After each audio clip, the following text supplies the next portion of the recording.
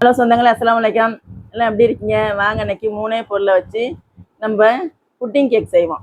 நீங்கள் குழந்தைங்களுக்கு வீட்டில் டிஃபனாகவும் செஞ்சு தரலாம், ஸ்நாக்ஸாகவும் செஞ்சு தரலாம். வாங்க, அதை எப்படி செய்யறதுன்னு பார்ப்போம். ஒரு அடுப்பில் பாத்திரத்தை வச்சு ஒரு 50 கிராம் ஜீனி போட்டு நம்ம கேரமல் ஆக்கிக்கலாம்.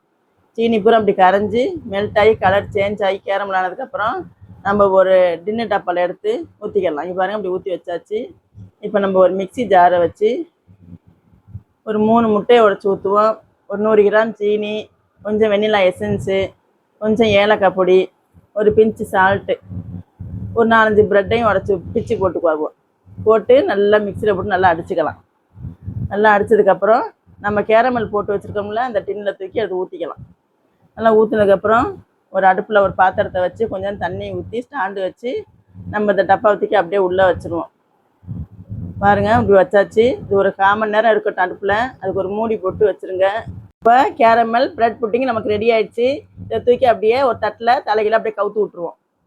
பாருங்கள், சூப்பராக அழகான கலரில் வந்துருச்சு. வாங்க, இதை எப்படி கேக்கு மாதிரி கட் பண்ணி எடுப்போம். பாருங்கள், உங்கள் குழந்தைங்களுக்கு செஞ்சு கொடுங்க. ஸ்நாக்ஸாக இருக்கும், டிஃபனாக இருக்கும், நல்லா இருக்கும். பாருங்கள், உங்கள் வீட்டில் எல்லாத்துக்கும் செஞ்சு கொடுங்க. மற்றவங்க ஷேர் பண்ணி விடுங்க. எப்படி இருக்குன்னு கமெண்ட்டில் சொல்லுங்கள். அஸ்ஸலாமு அலைக்கும்.